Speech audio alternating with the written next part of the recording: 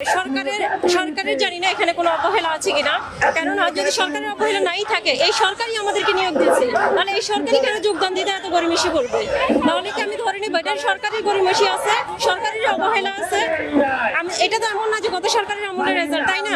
আর তাছাড়া এটা একক কোনো সিদ্ধান্ত হয়নি, এটা হয়েছে এটা প্রাথমিক ও গণশিক্ষা মন্ত্রণালয় যদি একক সিদ্ধান্ত নিত তাহলে মনে করতাম যে না এই সিদ্ধান্তে কখনো ভুল আছে। যেখানে আমাদের যে আইন মন্ত্রণালয় এবং জনপ্রশাসন মন্ত্রণালয়, তিনটি মন্ত্রণালয়ের সিদ্ধান্তে আমাদের রেজাল্ট হয়েছে, তাহলে কিভাবে এই রেজাল্ট এখন বাতিল হয় বলেন? এটা তো হওয়ার কথা না। এখানে আমি জানি না কেন এরকম হচ্ছে, তবে আমি চাই অতি বিলম্বে সরকার আমাদেরকে যে বিলম্ব করেছে, যে এখন পর্যন্ত আমাদেরকে রাজপথে রেখেছে, এটা যেন দ্রুতই নিষ্পত্তি করে, আমাদেরকে যোগদান নিশ্চিত করে আমাদেরকে যেন ঘরে ফিরে যেতে হবে। আমি কুমিল্লা জেলা থেকে এসেছি।